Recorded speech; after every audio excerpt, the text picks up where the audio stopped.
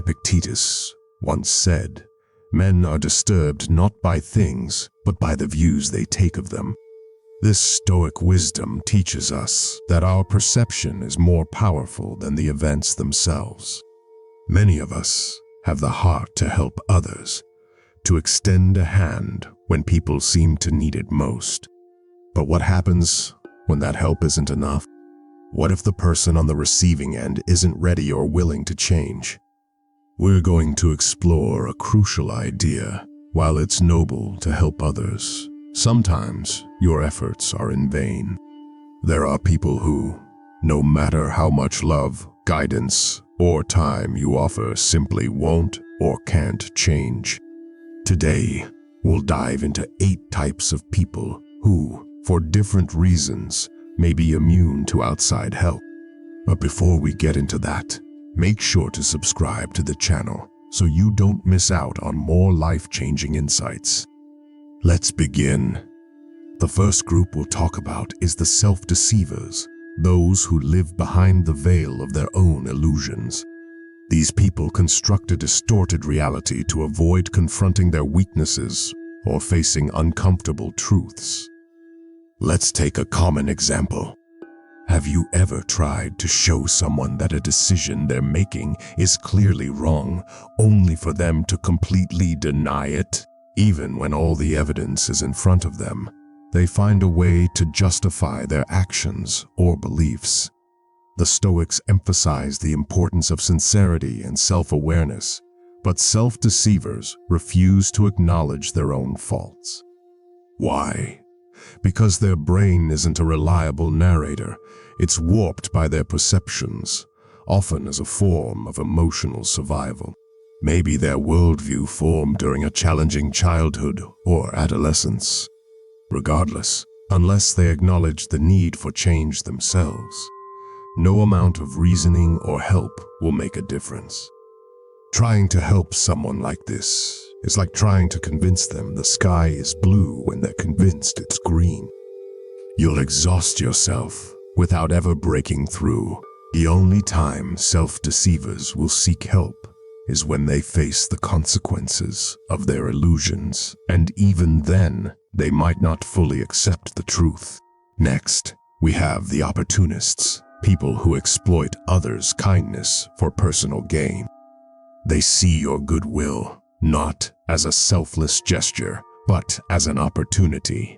Think about the friend who always asks for favors, help with moving, financial support, constant advice, but rarely, if ever, reciprocate. At first, it feels good to help, but over time, you realize they never seem to take responsibility for themselves. They're more interested in what they can get from you than in genuine friendship. These people are skilled manipulators, making you feel guilty for setting boundaries. They might say, "You're such a great friend. I don't know what I'd do without you," playing the victim card to elicit your sympathy. But here's the truth. Their problems won't be solved by your help because they don't want to solve them. They want to avoid the work and responsibility. Recognize these people for what they are. There's a difference between someone genuinely in need and someone who repeatedly takes advantage of your kindness. In the end, you can't carry someone who doesn't want to walk on their own. Now let's talk about the self-centered, those who believe the world revolves around them. This person can't see beyond their own immediate concerns. When you share your joy, they find a way to overshadow it with their complaints. When you express concern about something, they dismiss it because it doesn't affect them directly. Here's a scenario. You tell a friend how stressed you are at work.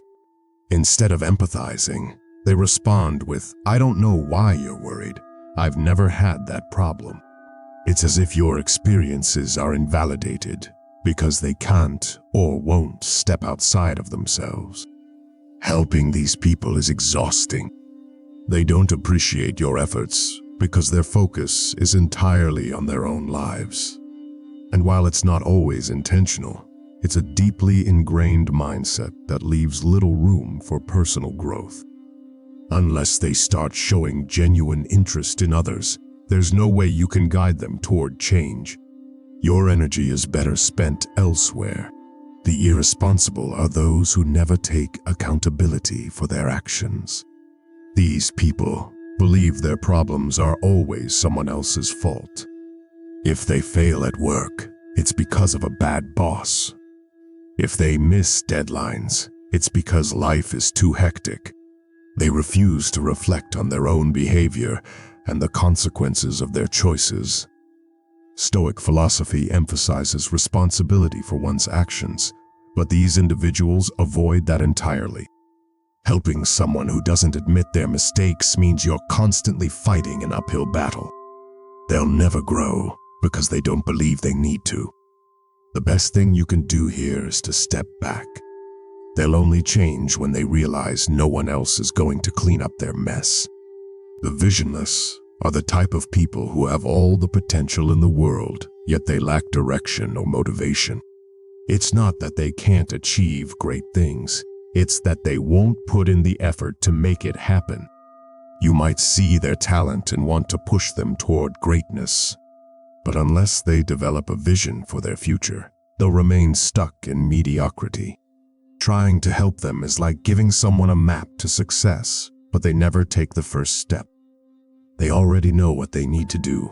They're just waiting for someone else to do it for them. The pessimist, someone who always finds the negative in every situation. No matter how many solutions you offer, they'll find a new problem to focus on. If you suggest a way out of their troubles, they'll shoot it down with, "Yeah, but that won't work because," and list out 100 reasons why. These people don't really want help. They want to stay in their negativity. It's as if complaining is their comfort zone. If you try to rescue them, you'll just get pulled into their dark outlook on life. Sometimes, the best way to help a pessimist is to let them figure things out on their own. Until they're ready to shift their mindset, no external force can drag them out of it. Next up are the blamers, people who never see themselves as the problem. No matter what happens, it's always someone else's fault. Didn't get the promotion? The boss is biased. Didn't pass the exam. The teacher didn't prepare them well enough. These people are resistant to help because they never believe they need to improve. As far as they're concerned, the world is against them, and their misfortunes are out of their control. Helping a blamer is futile because they won't reflect on their own shortcomings. Save yourself the frustration and let them learn their lessons the hard way.